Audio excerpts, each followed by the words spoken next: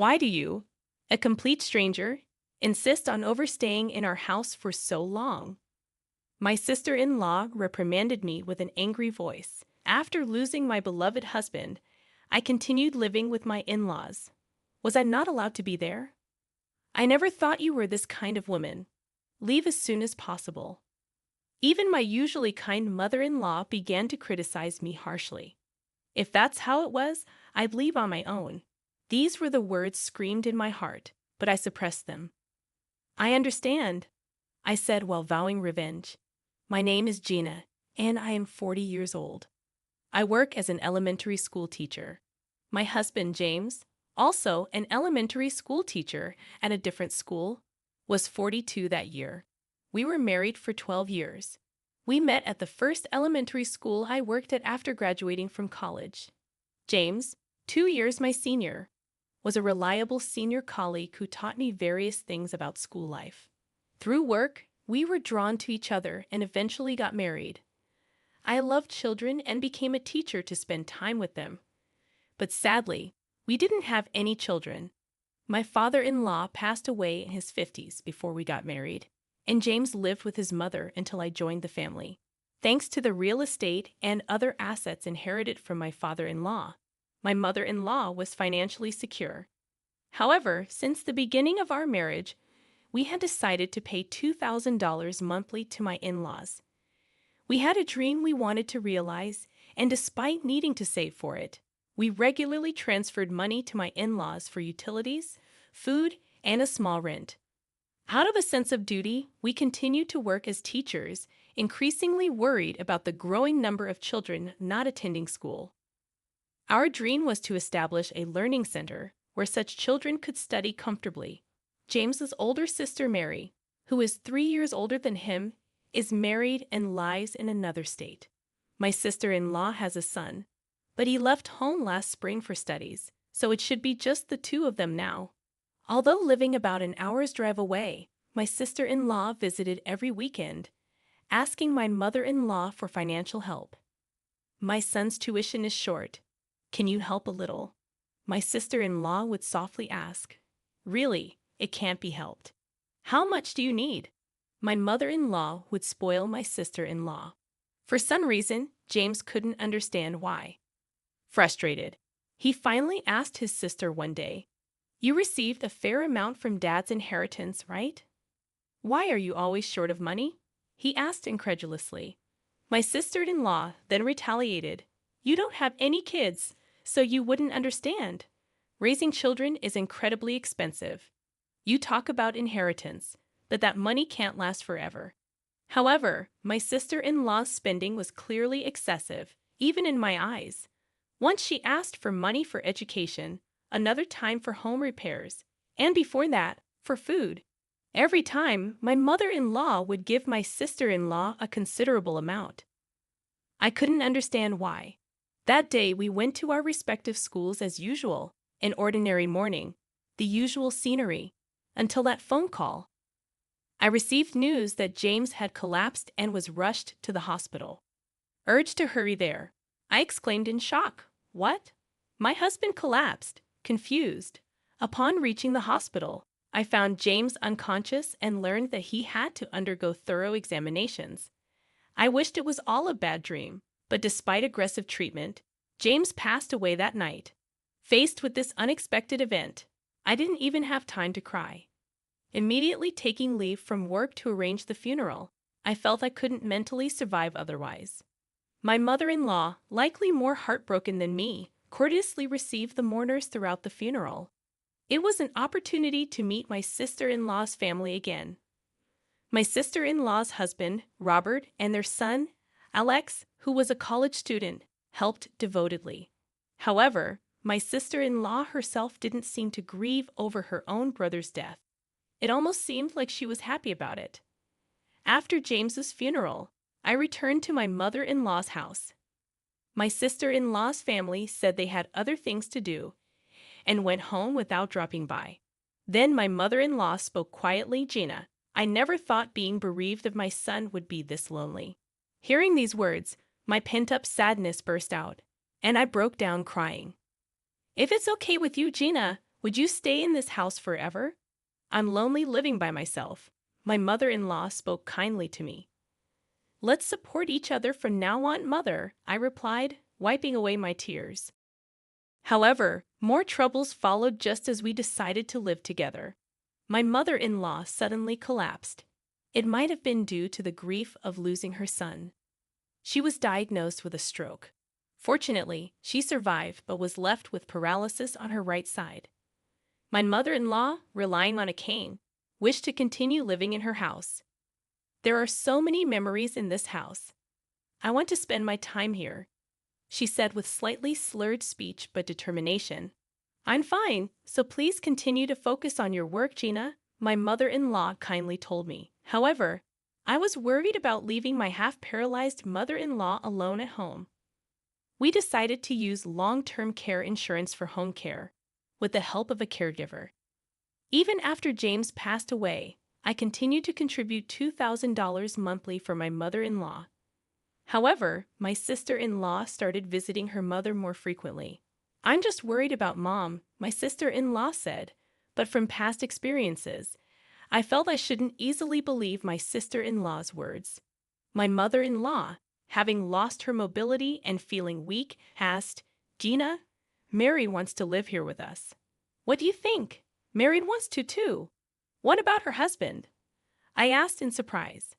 Alex is already in college and not at home. She says it's okay for her to live here alone. Her husband might move here eventually too, my mother-in-law explained. I felt uneasy and asked frankly, if you think it's good, I won't oppose it. But what about me? What are you saying, Gina? You're like a daughter to me. It's totally fine for you to be here, my mother-in-law assured me.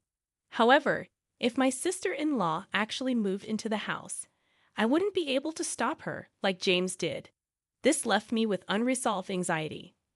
Amid these concerns, I had to leave the house for a week-long training, leaving my mother-in-law's care to the caregiver. Mother, I'll be away for a week from tomorrow, so please follow the caregiver's instructions, I said, trying to sound lighthearted to ease my mother-in-law's anxiety. Don't give money to Mary if she comes, and if something seems odd, contact her husband too. I was very worried about the possibility of my sister-in-law visiting the house during her absence. I couldn't concentrate on my training because of this worry. Upon returning home after a week, I was greeted by my sister-in-law. Welcome back. Mom wants to talk to you, my sister-in-law said, looking at me with a smug smile. I had an ominous feeling entering the living room. My mother-in-law looked at me with a displeased expression. I'm back, I greeted timidly, overwhelmed by the atmosphere. Gina, were you trying to kick me out and put me in a facility? My mother-in-law suddenly accused me with anger. Confused by the situation, my sister-in-law chimed in, Hey, Gina, remember what you said before? You said, I want to put Mom in a facility. It's too much to handle her, didn't you? She continued as if I had said such a thing. It's okay, since you're a stranger anyway. I'll take care of Mom from now on, so you don't need to be here anymore, my sister-in-law said with a deliberately harsh face. My mother-in-law also showed her anger, screaming at me with a fierce look. I can't believe it. You're a nuisance. Just leave quickly. Understood. I will leave. With no strength to argue back, I held back my tears and started packing my belongings, leaving behind the items filled with memories of James. I took only the essentials and left the house. Thank you for everything, I said at the entrance, to which my sister-in-law, eager to drive me out, said, You're still here. Leave quickly. A mix of sadness and frustration greatly disturbed my heart. Being driven out of the house, I returned to my parents' home without notice. What happened, Gina? What's with the luggage? My mother couldn't hide her surprise at my sudden return. Sorry for the suddenness, but right now, I don't want to talk about it. I'll go to work from here, so please leave me alone for a while. The room I used to occupy at my parents' house was now empty. I laid down the luggage on the floor and gazed at the ceiling, letting my thoughts wander. What did my sister-in-law plan to do with her own family? My mother-in-law had mentioned that Robert might eventually move in with her. However, I never sensed such intentions from my sister-in-law.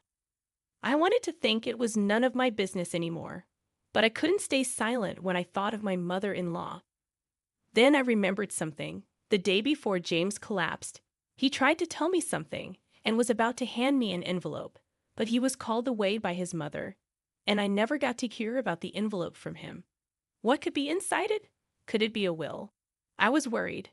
Hesitantly, I opened the envelope and checked its contents. Seeing what was inside the envelope astonished me. The next day, I left for work from my parents' house, reported my training to the principal, returned to my duties, and ended the day as if nothing had happened. "Excuse me, I'm leaving now," I said as I prepared to leave, and a colleague said to me, "You must be tired from the training. It must have been tough losing your husband. Don't overdo it." However, the reason I was in a hurry to get home wasn't due to fatigue or the sorrow of James's death. I needed to contact Robert and ask about the situation with my sister-in-law. Considering it might turn into a serious conversation, I was hesitant to use my personal phone in a public place where anyone could overhear. On my way home, I sent an email to Robert expressing my desire to talk to him in person. "I have something to talk about regarding my wife, too," Robert replied immediately. When I got home, I locked myself in my room and called Robert. Robert seemed to have been waiting for my call and responded immediately. "Gina, I'm glad. I was just about to contact you." Robert started with a relieved voice.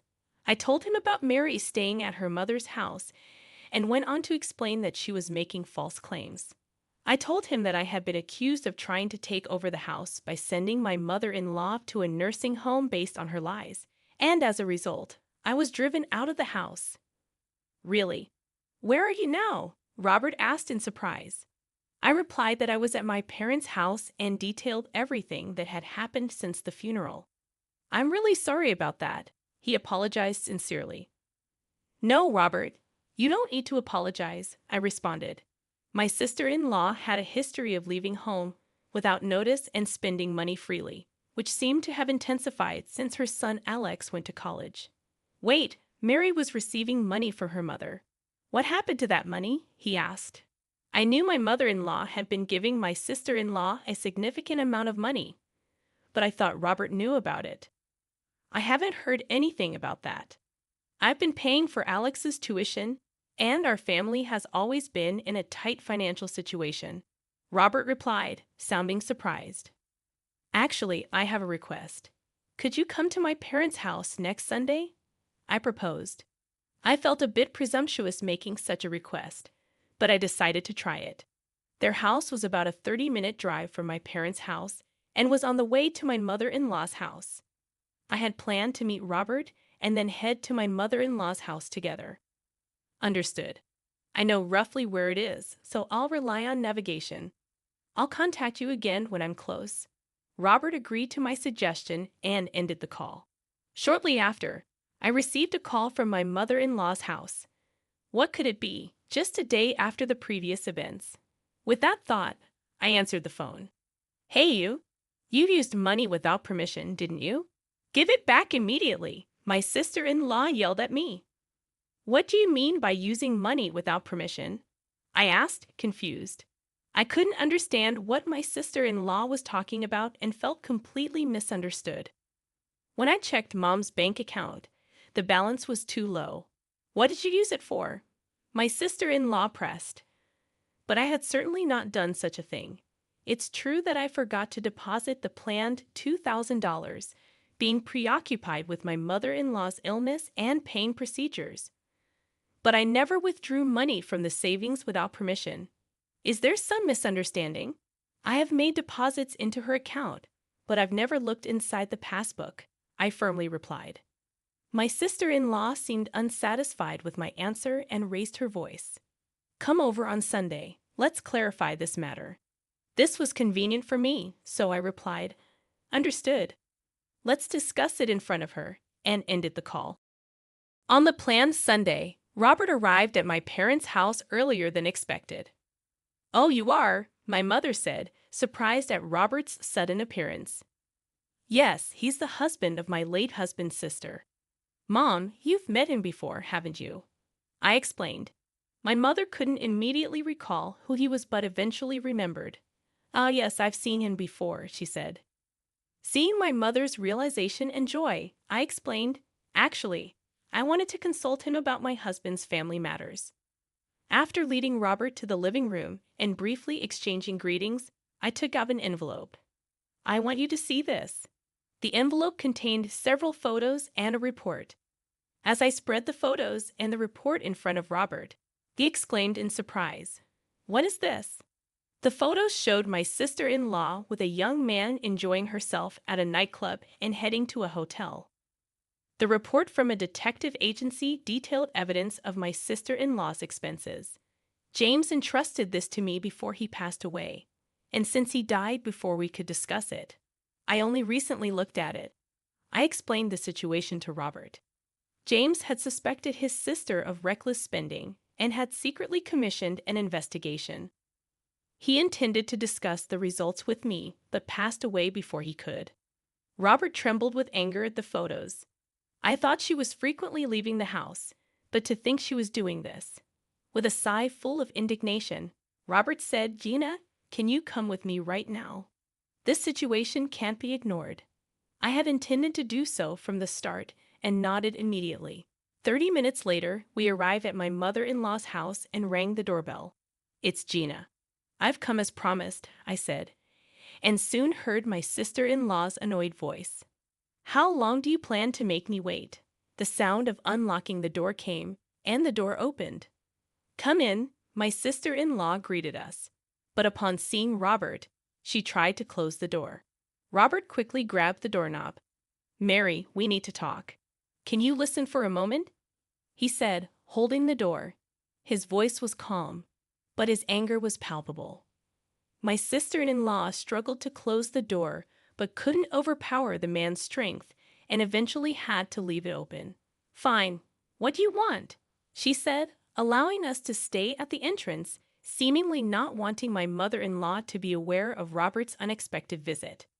"Is that you in these pictures? Who's the man next to you?" Robert asked, confronting his wife with the photos. "Where did you get these?" "No way." Mary was shocked upon seeing the photos. "Do you remember well? Who is this?" "Answer me," Robert, usually mild-mannered, pressed his wife. "Just a friend? Can't I have young friends?" My sister-in-law retorted, fightingly. "A friend? Don't lie. I know everything," Robert yelled at her. "Why? Who told you?" Realizing my sister-in-law could no longer continue her lies, she looked defeated. "Your late brother James was concerned about your spending and had it investigated." Robert calmly revealed the truth. "You demanded money from your mother and squandered it all on a nightclub." "I'm aware of the entire situation," Robert continued, trying to contain his anger. "It's hard enough to pay for Alex's tuition, and you exhaust our living expenses and still dare to ask for more money. What a comfortable life, huh?" he continued, his voice filled with rage. His anger did not subside. "That's enough. I don't care if you leave us. We're getting a divorce," he coldly declared to her. What my sister-in-law muttered in shock didn't matter. "Didn't you hear me? We're getting a divorce. I'll send the divorce papers later. Fill them out and send them back," Robert stated bluntly. At those words, my sister-in-law collapsed onto a seat. Later, my sister-in-law and Robert proceeded with the divorce through a lawyer and ultimately finalized it. They agreed to consider her spending at the nightclubs as a reason for compensation and to share the payment of Alex's tuition until his university graduation. However, there was a possibility that she might default on the payments, so they agreed that a lawyer would collect the payments monthly. After receiving her share of my father-in-law's inheritance, my sister-in-law had squandered it all on her expenses at the nightclub and then set her sights on my mother-in-law's property. But she found the bank account balance to be lower than expected, and her plan failed. In fact, it seemed that the money James and I had been giving my mother-in-law was used for living expenses and given to my sister-in-law as she demanded, leaving almost no savings behind. My in-laws' house belonged to my mother-in-law, and there was probably no more money left to give to my sister-in-law unless the house was sold. I learned from the caregiver that my sister-in-law, realizing her failure, had abandoned my mother-in-law and left. Meanwhile, my mother-in-law continued to live a modest life alone with the help of the caregiver.